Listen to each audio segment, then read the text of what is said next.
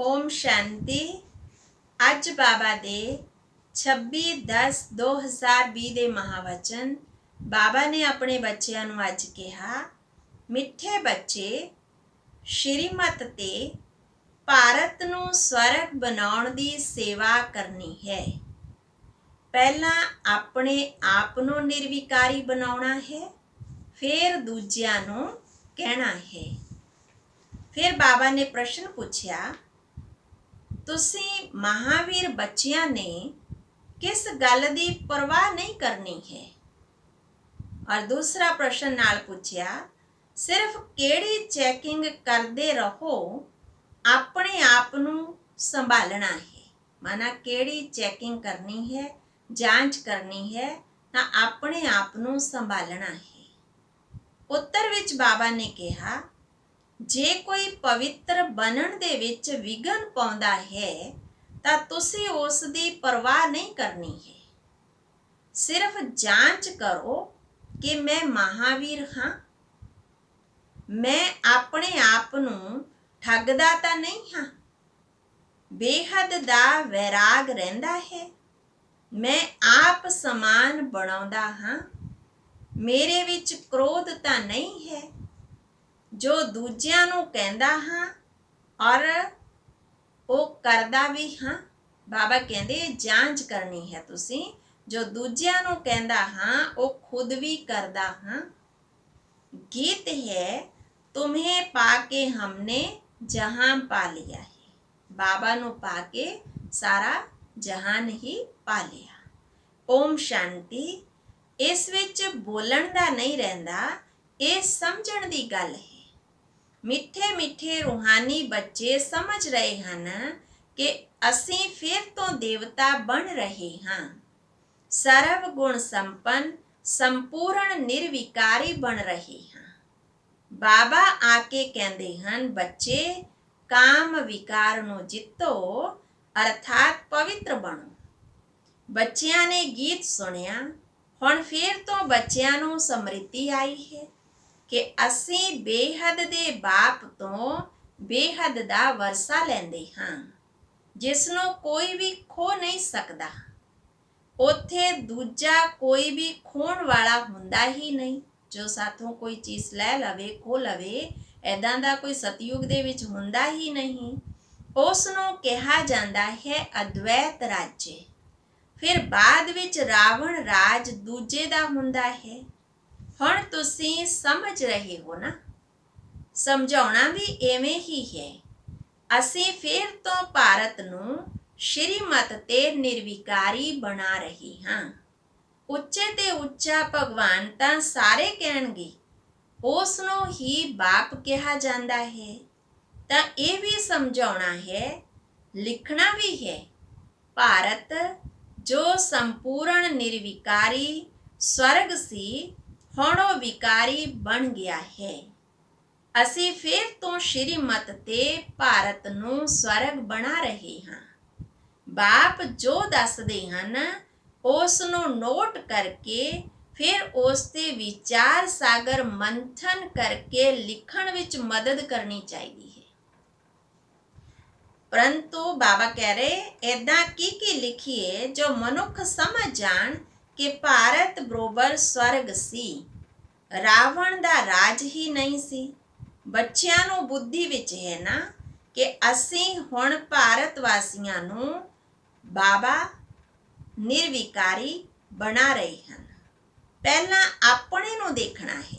ਬਾਪ ਬਣਾ ਰਹੇ ਹਨ, ਅਸੀਂ ਬੱਚੇ ਬਾਬਾ ਦੇ ਮਦਦਗਾਰ ਬਣ ਕੇ ਸ਼੍ਰੀਮਤ ਤੇ ਭਾਰਤ ਨੂੰ ਸਵਰਗ ਬਣਾ ਰਹੇ ਹਾਂ।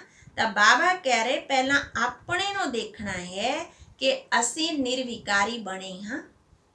ਈਸ਼ਵਰ ਨੂੰ ਮੈਂ ਠੱਗਦਾ ਤਾਂ ਨਹੀਂ ਹਾਂ। ਐਦਾਂ ਨਹੀਂ ਕਿ ਈਸ਼ਵਰ ਸਾਨੂੰ ਦੇਖਦਾ ਥੋੜ੍ਹੀ ਹੈ। ਤੁਹਾਡੇ ਮੂੰਹ ਤੋਂ ਇਹ ਅੱਖਰ ਵੀ ਨਿਕਲ ਨਹੀਂ ਸਕਦਾ। ਤੁਸੀਂ ਜਾਣਦੇ ਹੋ, ਪਵਿੱਤਰ ਬਣਾਉਣ ਵਾਲਾ ਪਤਿਤ ਪਾਵਨ ਇੱਕ ਹੀ ਬਾਪ ਹੈ। ਭਾਰਤ ਵਾਇਸਲੈਸ ਸੀ ਤਾਂ ਸਵਰਗ ਸੀ। ਇਹ ਦੇਵਤਾ ਸੰਪੂਰਨ ਨਿਰਵਿਕਾਰੀ ਸੀ। ਯਥਾ ਰਾਜਾ ਰਾਣੀ ਤਥਾ ਪ੍ਰਜਾ ਹੋਵੇਗੀ। ਇਸੇ ਲਈ ਤਾਂ ਸਾਰੇ ਭਾਰਤ ਨੂੰ ਸਵਰਗ ਕਿਹਾ ਜਾਂਦਾ ਹੈ। ਹੁਣ ਨਰਕ ਹੈ। ਇਹ 84 ਜਨਮਾਂ ਦੀ ਸੀढ़ी ਬਹੁਤ ਵਧੀਆ ਚੀਜ਼ ਹੈ। ਕੋਈ ਵਧੀਆ ਹੋਵੇ, ਅੱਛਾ ਵਿਅਕਤੀ ਹੋਵੇ ਤਾਂ ਉਸ ਨੂੰ ਸੌਗਾਤ ਵੀ ਦੇ ਸਕਦੇ ਹੋ। ਵੱਡੇ ਵੱਡੇ ਆਦਮੀਆਂ ਨੂੰ ਵੱਡੀ ਸੌਗਾਤ ਮਿਲਦੀ ਹੈ ਨਾ, ਤਾਂ ਤੁਸੀਂ ਵੀ ਜੋ ਆਉਂਦੇ ਹੋ, ਆਉਂਦੇ ਹਨ, ਉਹਨਾਂ ਨੂੰ ਸਮਝਾ ਕੇ ਇੱਦਾਂ ਦੀ ਸੌਗਾਤ ਦੇ ਸਕਦੇ ਹੋ। ਚੀਜ਼ ਹਮੇਸ਼ਾ ਬਾਬਾ ਕਹਿੰਦੇ ਦੇਣ ਲਈ ਤਿਆਰ ਰਹਿਣੀ ਚਾਹੀਦੀ ਹੈ। ਤੁਹਾਡੇ ਕੋਲ ਵੀ ਨੌਲੇਜ ਤਿਆਰ ਰਹਿਣੀ ਚਾਹੀਦੀ ਹੈ। ਸੀढ़ी ਦਾ ਪੂਰਾ ਗਿਆਨ ਹੈ। ਅਸੀਂ ਕਿਵੇਂ 84 ਜਨਮ ਲਏ, ਇਹ ਯਾਦ ਰਹਿਣਾ ਚਾਹੀਦਾ ਹੈ। ਇਹ ਸਮਝ ਦੀ ਗੱਲ ਹੈ ਨਾ। ਜ਼ਰੂਰ ਜੋ ਪਹਿਲਾਂ ਆਉਂਦੇ ਹਨ ਉਹਨਾਂ ਨੇ ਹੀ 84 ਜਨਮ ਲਏ। ਬਾਬਾ 84 ਜਨਮ ਦੱਸ ਕੇ ਫਿਰ ਕਹਿੰਦੇ ਹਨ ਕਿ ਇਸ ਦੇ ਬਹੁਤ ਜਨਮਾਂ ਦੇ ਅੰਤ ਵਿੱਚ ਸਧਾਰਨ ਤਨ ਵਿੱਚ ਬਾਪ ਪ੍ਰਵੇਸ਼ ਕਰਦੇ ਹਨ। ਬ੍ਰਹਮਾ ਬਾਬਾ ਦੇ ਅੰਤਿਮ ਜਨਮ ਵਿੱਚ ਸ਼ਿਵ ਬਾਬਾ ਆਉਂਦੇ ਹਨ। ਫਿਰ ਇਸ ਦਾ ਨਾਮ ਰੱਖਦੇ ਹਨ ਬ੍ਰਹਮਾ। ਇਹਨਾਂ ਦੁਆਰਾ ਹੀ ਫਿਰ ਬ੍ਰਾਹਮਣ ਰਚਦੇ ਹਨ। ਨਹੀਂ ਤਾਂ ਬ੍ਰਾਹਮਣ ਕਿੱਥੋਂ ਆਉਣ? ਤਾਂ ਗਿਆਨ ਵਿੱਚ ਸਭ ਕੁਝ ਸਮਝਣਾ ਹੈ ਚੰਗੀ ਤਰ੍ਹਾਂ ਨਾਲ। ਉਹ ਵੀ ਗਿਆਨ ਨਾਲ ਹੀ ਘਰ-ਬਾਰ ਛੱਡਦੇ ਹਨ ਨਾ। ਸੰਨਿਆਸੀਆਂ ਨੂੰ ਵੀ ਕੁਝ ਗਿਆਨ ਹੁੰਦਾ ਹੈ ਤਾਂ ਉਹ ਘਰ-ਬਾਰ ਛੱਡ ਦਿੰਦੇ ਹਨ। ਉਹਨਾਂ ਨੂੰ ਜੇ ਪੁੱਛਿਆ ਜਾਵੇ ਕਿ ਘਰ-ਬਾਰ ਕਿਉਂ ਛੱਡਿਆ ਤਾਂ ਦੱਸਦੇ ਨਹੀਂ ਹਨ। ਫਿਰ ਉਸ ਨੂੰ ਯੁਕਤੀ ਨਾਲ ਕਿਹਾ ਜਾਂਦਾ ਹੈ ਕਿ ਤੁਹਾਨੂੰ ਕਿਵੇਂ ਵੈਰਾਗ ਆਇਆ, ਕਿਉਂ ਘਰ-ਬਾਰ ਛੱਡਿਆ। ਕਈ ਤਾਂ ਜ਼ਿੰਮੇਵਾਰੀਆਂ ਤੋਂ ਭੱਜ ਕੇ ਵੀ ਸੰਨਿਆਸ ਲੈ ਸਕਦਾ ਮਨਾ ਕਿ ਘਰ-ਬਾਰ ਕਿਉਂ ਛੱਡਿਆ, ਕਿਸ ਕਾਰਨ ਨਾਲ ਛੱਡਿਆ। ਸਾਨੂੰ ਸੁਣਾਓ ਜੋ ਅਸੀਂ ਵੀ ਕਰੀਏ। ਤੁਸੀਂ ਟੈਂਪਟੇਸ਼ਨ ਦਿੰਦੇ ਹੋ ਕਿ ਪਵਿੱਤਰ ਬਣੋ, ਬਾਕੀ ਤੁਹਾਨੂੰ ਸਭ ਯਾਦ ਹੈ। ਛੋਟੇਪਣ ਤੋਂ ਲੈ ਕੇ ਸਭ ਕੁਝ ਦੱਸ ਸਕਦੇ ਹੋ ਨਾ। ਬੁੱਧੀ ਵਿੱਚ ਸਾਰਾ ਗਿਆਨ ਹੈ। ਕਿਵੇਂ ਇਹ ਸਭ ਡਰਾਮਾ ਦੇ ਐਕਟਰ ਹਨ ਜੋ ਪਾਰਟ ਵਜਾਉਂਦੇ ਆਏ। ਹੁਣ ਸਭ ਦੇ ਕਲਯੁਗੀ ਬੰਧਨ, ਕਰਮ ਬੰਧਨ ਟੁੱਟਣੇ ਹਨ। ਫਿਰ ਜਾਣਗੇ ਸ਼ਾਂਤੀ ਧਾਮ। ਉੱਥੋਂ ਫਿਰ ਨਵਾਂ ਸੰਬੰਧ ਜੁਟੇਗਾ। ਸਮਝਾਉਣ ਦੀਆਂ ਪੁਆਇੰਟਸ ਬਾਬਾ ਬਹੁਤ ਵਧੀਆ ਦਿੰਦੇ ਰਹਿੰਦੇ ਹਨ। ਹੁਣ ਵਾਇਸਲੈਸ ਬਣਨਾ ਹੈ, ਨਿਰਵਿਕਾਰੀ ਬਣਨਾ ਹੈ, ਪਰੰਤੂ ਪੁਰਸ਼ਾਰਥ ਕਰਾਉਣ ਵਾਲਾ ਤਾਂ ਚਾਹੀਦਾ ਹੈ ਨਾ। ਬਾਬਾ ਕਹਿੰਦੇ ਬਾਕੀ ਵਿਘਨ ਤਾਂ ਆਉਂਦੇ ਹੀ ਹਨ। ਅੱਗੇ ਬਾਬਾ ਨੇ ਫਿਰ ਦੱਸਿਆ ਬੱਚਿਆਂ ਨੂੰ ਬਹੁਤ ਖੁਸ਼ੀ ਹੋਣੀ ਚਾਹੀਦੀ ਹੈ। ਕੋਈ ਵੀ ਸਮੇਂ ਬਾਬਾ ਕਹਿ ਰਹੇ ਕੋਈ ਵੀ ਸਮੇਂ ਮੁਰਝਾਇਸ਼ ਨਹੀਂ ਆਉਣੀ ਚਾਹੀਦੀ। ਤਾਂ ਬਾਬਾ ਸਮਝਾਉਂਦੇ ਹਨ ਕਿ ਜੇ ਚਿਹਰਾ ਮੁਰਝਾ ਜਾਵੇ, ਉਦਾਸੀ ਆ ਜਾਵੇ ਤਾਂ ਕੀ ਕਰੋ। ਇੱਦਾਂ ਦੇ ਰਿਕਾਰਡ ਹਨ ਜੋ ਤੁਹਾਨੂੰ ਇੱਕਦਮ ਖੁਸ਼ੀ ਵਿੱਚ ਲਿਆ ਦੇਣਗੇ। ਵਧੀਆ ਗੀਤ ਬਾਬਾ ਦੇ ਕੋਈ ਇੱਦਾਂ ਸੁਣਨਾ ਜਿਹਦੇ ਨਾਲ ਖੁਸ਼ੀ ਆਵੇਗੀ। ਸਾਰਾ ਗਿਆਨ ਬੁੱਧੀ ਵਿੱਚ ਹੈ। ਸਮਝਦੇ ਹੋ ਬਾਬਾ ਸਾਨੂੰ ਵਿਸ਼ਵ ਦਾ ਮਾਲਿਕ ਬਣਾ ਰਹੇ ਹਨ।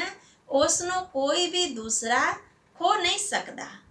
ਅੱਧਾ ਕਲਪ ਦੇ ਲਈ ਤੁਸੀਂ ਸਵਰਗ ਦੇ ਮਾਲਿਕ ਬਣਦੇ ਹੋ। ਰਾਜਾ ਦਾ ਬੱਚਾ ਸਮਝਦਾ ਹੈ ਕਿ ਅਸੀਂ ਇਸ ਬੇਹੱਦ ਦੀ ਰਾਜਾਈ ਦੇ ਵਾਰਸ ਹਾਂ। ਤੁਹਾਨੂੰ ਕਿੰਨਾ ਨਸ਼ਾ ਰਹਿਣਾ ਚਾਹੀਦਾ ਹੈ ਕਿ ਅਸੀਂ ਬੇਹੱਦ ਦੇ ਬਾਪ ਦੇ ਵਾਰਿਸ ਹਾਂ। ਬਾਬਾ ਸਵਰਗ ਦੀ ਸਥਾਪਨਾ ਕਰ ਰਹੇ ਹਨ। ਅਸੀਂ 21 ਜਨਮਾਂ ਦੇ ਲਈ ਵਾਰਿਸ ਬਣਦੇ ਹਾਂ। ਕਿੰਨੀ ਖੁਸ਼ੀ ਹੋਣੀ ਚਾਹੀਦੀ ਹੈ। ਜਿੰਨਾ ਵਾਰਿਸ ਬਣਦੇ ਹੋ ਉਹਨਾਂ ਨੂੰ ਯਾਦ ਵੀ ਜ਼ਰੂਰ ਕਰਨਾ ਹੈ। ਜੋ ਵਾਰਿਸ ਬਣਦੇ ਹਨ ਉਹ ਯਾਦ ਵੀ ਜ਼ਰੂਰ ਕਰਨਾ ਹੈ। ਯਾਦ ਕਰਨ ਤੋਂ ਬਗੈਰ ਤਾਂ ਵਾਰਿਸ ਬਣ ਨਹੀਂ ਸਕਦੇ। ਯਾਦ ਕਰੋ ਤਾਂ ਪਵਿੱਤਰ ਬਣੋ, ਫਿਰ ਹੀ ਵਾਰਿਸ ਬਣ ਸਕਦੇ ਹੋ। ਹੁਣ ਬਾਬਾ ਬੱਚਿਆਂ ਨੂੰ ਸ੍ਰੇਸ਼ਟ ਕਰਮ ਸਿਖਲਾ ਰਹੇ ਹਨ। ਜਿੱਦਾਂ ਦਾ ਜੋ ਕਰਮ ਕਰੇਗਾ, ਸੇਵਾ ਕਰੇਗਾ ਤਾਂ ਉਸ ਦਾ ਰਿਟਰਨ ਵੀ ਉਦਾਂ ਹੀ ਮਿਲੇਗਾ। ਅੱਛਾ ਕਰਮ ਹੀ ਕਰਨਾ ਹੈ। ਕੋਈ ਕਰਮ ਕਰਦੇ ਹਨ, ਸਮਝ ਨਹੀਂ ਸਕਦੇ ਕਿ ਉਸ ਦੇ ਲਈ ਸ਼੍ਰੀਮਤ ਵੀ ਲੈਣੀ ਹੈ। ਘੜੀ ਪੁੱਛਣਾ ਚਾਹੀਦਾ ਹੈ। ਪੱਤਰ ਵਿੱਚ ਚਿੱਠੀ ਲਿਖ ਕੇ ਪੁੱਛੋ। ਬਾਬਾ ਕਹਿੰਦੇ ਹੁਣ ਦੇਖੋ ਪ੍ਰਾਈਮ ਮਿਨਿਸਟਰ ਹੈ, ਤੁਸੀਂ ਸਮਝਦੇ ਹੋ ਕਿੰਨੀ ਪੋਸਟ ਆਉਂਦੀ ਹੋਵੇਗੀ, ਪਰੰਤੂ ਉਹ ਕਈ ਇਕੱਲੇ ਤਾਂ ਨਹੀਂ ਪੜ੍ਹਦੇ ਨਾ। ਬਾਬਾ ਕਹਿੰਦੇ ਐਦਾਂ ਹੀ ਬਿਲਕੁਲ ਕੋਈ ਮੁੱਖ ਗੱਲ ਹੋਵੇਗੀ, ਕੋਈ ਖਾਸ ਚਿੱਠੀ ਹੋਵੇਗੀ ਤਾਂ ਉਹ ਪ੍ਰਾਈਮ ਮਿਨਿਸਟਰ ਜੀ ਨੂੰ ਦਿੰਦੇ ਨੇ, ਟੇਬਲ ਤੇ ਰੱਖਣਗੇ। ਇੱਥੇ ਵੀ ਬਾਬਾ ਨੇ ਮਿਸਾਲ ਦੇ ਕੇ, ਉਦਾਹਰਣ ਦੇ ਕੇ ਸਮਝਾਇਆ ਕਿ ਇੱਥੇ ਵੀ ਇੱਦਾਂ ਹੁੰਦਾ ਹੈ। ਮੁੱਖ ਪੱਤਰਾਂ ਦਾ ਤਾਂ ਫੌਰਨ ਬਾਬਾ ਜਵਾਬ ਦੇ ਦਿੰਦੇ ਹਨ, ਬਾਕੀ ਦੇ ਲਈ ਯਾਦ ਪਿਆਰ ਲਿਖ ਦਿੰਦੇ ਹਨ। ਇੱਕ ਨੂੰ ਅਲੱਗ ਬੈਠ ਕੇ ਚਿੱਠੀ ਲਿਖਣ, ਇਹ ਤਾਂ ਹੋ ਨਾ ਸਕੇ, ਬੜਾ ਮੁਸ਼ਕਲ ਹੈ। ਬੱਚਿਆਂ ਨੂੰ ਕਿੰਨੀ ਖੁਸ਼ੀ ਹੁੰਦੀ ਹੈ ਕਿ ਉਹ ਅੱਜ ਬੇਹੱਦ ਦੇ ਬਾਬਾ ਦੀ ਚਿੱਠੀ ਆਈ ਹੈ। ਸ਼ਿਵ ਬਾਬਾ ਬ੍ਰਹਮਾ ਦੁਆਰਾ ਰਿਸਪੌਂਡ ਕਰਦੇ ਆ, ਜਵਾਬ ਦੇ ਰਹੇ ਆ। ਬੱਚਿਆਂ ਨੂੰ ਬਹੁਤ ਖੁਸ਼ੀ ਹੁੰਦੀ ਹੈ। ਸਭ ਤੋਂ ਜ਼ਿਆਦਾ ਗਦਗਦ ਤਾਂ ਮਨਾ ਬਹੁਤ ਖੁਸ਼ੀ ਹੁੰਦੀ ਹੈ ਬੰਦੇਲੀਆਂ ਨੂੰ। ਬਾਬਾ ਕਹਿੰਦੇ ਕੀ ਕਹਿੰਦੀਆਂ ਨੇ, ਓਹੋ ਅਸੀਂ ਬੰਧਨ ਵਿੱਚ ਹਾਂ, ਬੇਹੱਦ ਦਾ ਬਾਬਾ ਸਾਨੂੰ ਕਿਵੇਂ ਚਿੱਠੀ ਲਿਖਦੇ ਹਨ। ਤਾਂ ਉਹ ਚਿੱਠੀ ਫਿਰ ਅੱਖਾਂ ਤੇ ਰੱਖਦੀਆਂ ਹਨ। ਮਨਾ ਇੰਨਾ ਪਿਆਰ ਹੁੰਦਾ ਹੈ ਬਾਬਾ ਦੇ ਉਹ ਸ਼ਬਦਾਂ ਤੇ। ਅਗਿਆਨ ਕਾਲ ਵਿੱਚ ਵੀ ਪਤੀ ਨੂੰ ਪਰਮਾਤਮਾ ਸਮਝਣ ਵਾਲਿਆਂ ਨੂੰ ਪਤੀ ਦੀ ਚਿੱਠੀ ਆਉਂਦੀ ਹੋਵੇਗੀ ਤਾਂ ਉਸ ਨੂੰ ਚੁੰਮਨ ਕਰੇਗੀ, ਚੁੰਮੇਗੀ ਉਸ ਨੂੰ, ਚਿੱਠੀ ਨੂੰ। ਤੁਹਾਡੇ ਵਿੱਚ ਵੀ ਬਾਪ ਦਾਦਾ ਦੀ ਚਿੱਠੀ ਦੇਖ ਕਰਕੇ ਕਈ ਬੱਚਿਆਂ ਦੇ ਇੱਕਦਮ ਰੋਮਾਂਚ ਖੜੇ ਹੋ ਜਾਂਦੇ ਹਨ, ਪ੍ਰੇਮ ਦੇ ਆਂਸੂ ਆ ਜਾਂਦੇ ਹਨ। ਚੁੰਮਨ ਕਰਨਗੇ, ਅੱਖਾਂ ਤੇ ਰੱਖਣਗੀਆਂ। ਬੰਧਨ ਵਾਲੀਆਂ ਬੱਚੀਆਂ ਬਹੁਤ ਪ੍ਰੇਮ ਨਾਲ ਚਿੱਠੀ ਪੜ੍ਹਦੀਆਂ ਹਨ। ਬੰਦੇਲੀਆਂ ਕੋਈ ਘੱਟ ਨਹੀਂ ਕਿ ਬਾਬਾ ਕਹਿੰਦੇ, ਕੋਈ ਕਿਸੇ ਤੋਂ ਘੱਟ ਨਹੀਂ ਹਨ। ਕਈ ਬੱਚਿਆਂ ਤੇ ਮਾਇਆ ਜਿੱਤ ਪਾ ਲੈਂਦੀ ਹੈ। ਕੋਈ ਤਾਂ ਸਮਝਦੇ ਹਨ ਕਿ ਅਸੀਂ ਪੂਰਾ ਪਵਿੱਤਰ ਬਣਨਾ ਹੈ। ਭਾਰਤ ਨਿਰਵਿਕਾਰੀ ਸੀ, ਹੁਣ ਵਿਕਾਰੀ ਹੈ। ਹੁਣ ਜੋ ਵਾਇਸਲੈਸ ਬਣਨਗੇ ਉਹੀ ਪੁਰਸ਼ਾਰਥ ਕਰਨਗੇ ਕਲਪ ਪਹਿਲਾਂ ਦੀ ਤਰ੍ਹਾਂ। ਤੁਸੀਂ ਬੱਚਿਆਂ ਨੂੰ ਸਮਝਾਉਣਾ ਬਹੁਤ ਸਹਿਜ ਹੈ ਕਿ ਇਹ ਗੀਤਾ ਦਾ ਯੁੱਗ ਚੱਲ ਰਿਹਾ ਹੈ, ਗੀਤਾ ਦਾ ਹੀ ਪੁਰਸ਼ੋਤਮ ਯੁੱਗ ਹੈ। ਤਾਂ ਅੱਛਾ ਬੱਚਿਆਂ ਨੂੰ ਪੁਰਸ਼ਾਰਥ ਕਰਨਾ ਚਾਹੀਦਾ ਹੈ ਤਾਂ ਯਾਦ ਰਵੇਗੀ। ਫਿਰ ਬਾਬਾ ਨੇ ਕਿਹਾ ਕਿ ਬੱਚਿਆਂ ਨੂੰ ਬਾਬਾ ਨੇ ਕਿਹਾ ਕੀ ਸਮਝਣਾ ਚਾਹੀਦਾ ਹੈ ਕਿ ਤੁਸੀਂ ਦੇਵੀ ਕੁਟੁੰਬ ਵਿੱਚ ਜਾ ਰਹੇ ਹੋ। ਇਸ ਸਮੇਂ ਬਹੁਤ ਖੁਸ਼ੀ ਹੁੰਦੀ ਹੈ ਕਿਉਂਕਿ ਤੁਹਾਨੂੰ ਬਹੁਤ ਵੱਡੀ ਲਾਟਰੀ ਮਿਲਦੀ ਹੈ। ਅੱਛਾ ਫਿਰ ਬਾਬਾ ਨੇ ਯਾਦ ਪਿਆਰ ਦਿੱਤੀ ਬੱਚਿਆਂ ਨੂੰ। ਮਿੱਠੇ ਸਿੱਕੇ ਲਦੇ ਬੱਚਿਆਂ ਪ੍ਰਤੀ ਮਾਤ ਪਿਤਾ ਬਾਪ ਦਾਦਾ ਦਾ ਯਾਦ ਪਿਆਰ ਅਤੇ ਗੁੱਡ ਮਾਰਨਿੰਗ। ਰੂਹਾਨੀ ਬਾਬਾ ਦੀ ਰੂਹਾਨੀ ਬੱਚਿਆਂ ਨੂੰ ਨਮਸਤੇ। ਧਾਰਨਾ ਲਈ ਮੁੱਖ ਸਾਰ ਹੈ, ਪਹਿਲਾ ਹੈ ਸਦਾ ਇਸ ਨਸ਼ੇ ਅਤੇ ਖੁਸ਼ੀ ਵਿੱਚ ਰਹਿਣਾ ਹੈ ਕਿ ਅਸੀਂ 21 ਜਨਮਾਂ ਦੇ ਲਈ ਬੇਹੱਦ ਬਾਬਾ ਦੇ ਵਾਰਿਸ ਬਣੇ ਹਾਂ। ਜਿਸ ਤੋਂ ਵਾਰਿਸ ਬਣੇ ਹਾਂ ਉਸ ਨੂੰ ਯਾਦ ਵੀ ਕਰਨਾ ਹੈ ਅਤੇ ਪਵਿੱਤਰ ਵੀ ਜ਼ਰੂਰ ਬਣਨਾ ਹੈ। ਦੂਸਰਾ ਹੈ ਬਾਪ ਜੋ ਸ੍ਰੇਸ਼ਟ ਕਰਮ ਸਿਖਾ ਰਹੇ ਹਨ ਉਹੀ ਕਰਮ ਕਰਨੇ ਹਨ, ਸ਼੍ਰੀਮਤ ਲੈਂਦੇ ਰਹਿਣਾ ਹੈ। ਵਰਦਾਨ ਹੈ ਅੱਜ ਦਾ, ਮਨਸਾ ਉੱਤੇ ਫੁੱਲ ਧਿਆਨ ਦੇਣ ਵਾਲੇ ਮਨਸਾ ਉੱਤੇ ਚੜ੍ਹਦੀ ਕਲਾ ਦੇ ਅਨੁਭਵੀ ਵਿਸ਼ਵ ਪਰਿਵਰਤਕ ਭਵ। ਹੁਣ ਅੰਤਿਮ ਸਮੇਂ ਵਿੱਚ ਮਨਸਾ ਦੁਆਰਾ ਹੀ ਵਿਸ਼ਵ ਪਰਿਵਰਤਨ ਦੇ ਨਿਮਿਤ ਬਣਨਾ ਹੈ। ਇਸ ਲਈ ਹੁਣ ਮਨਸਾ ਦਾ ਇੱਕ ਸੰਕਲਪ ਵੀ ਵਿਅਰਥ ਹੋਇਆ ਤਾਂ ਬਹੁਤ ਕੁਝ ਗਵਾਇਆ। ਇੱਕ ਸੰਕਲਪ ਨੂੰ ਵੀ ਸਧਾਰਨ ਗੱਲ ਨਾ ਸਮਝੋ। ਬਾਬਾ ਕੀ ਕਹਿ ਰਹੇ ਹਨ ਕਿ ਇੱਕ ਸੰਕਲਪ ਨੂੰ ਵੀ ਸਧਾਰਨ ਗੱਲ ਨਾ ਸਮਝੋ। ਵਰਤਮਾਨ ਸਮੇਂ ਸੰਕਲਪ ਦੀ ਹਲਚਲ ਵੀ ਵੱਡੀ ਹਲਚਲ ਗਿਣੀ ਜਾਂਦੀ ਹੈ ਕਿਉਂਕਿ ਹੁਣ ਸਮਾਂ ਬਦਲ ਗਿਆ, ਪੁਰਸ਼ਾਰਥ ਦੀ ਗਤੀ ਵੀ ਬਦਲ ਗਈ ਤਾਂ ਸੰਕਲਪ ਤੇ ਹੀ ਫੁੱਲ ਸਟਾਪ ਚਾਹੀਦਾ ਹੈ। ਜਦੋਂ ਮਨਸਾ ਤੇ ਬਹੁਤ ਧਿਆਨ ਹੋਵੇਗਾ ਤਾਂ ਚੜ੍ਹਦੀ ਕਲਾ ਦੁਆਰਾ ਵਿਸ਼ਵ ਪਰਿਵਰਤਕ ਬਣ ਸਕੋਗੇ। ਸਲੋਗਨ ਹੈ ਕਰਮ ਵਿੱਚ ਯੋਗ ਦਾ ਅਨੁਭਵ ਹੋਣਾ ਅਰਥਾਤ ਕਰਮ ਯੋਗੀ ਬਣਨਾ। ਅੱਛਾ, ਓਮ ਸ਼ਾਂਤੀ।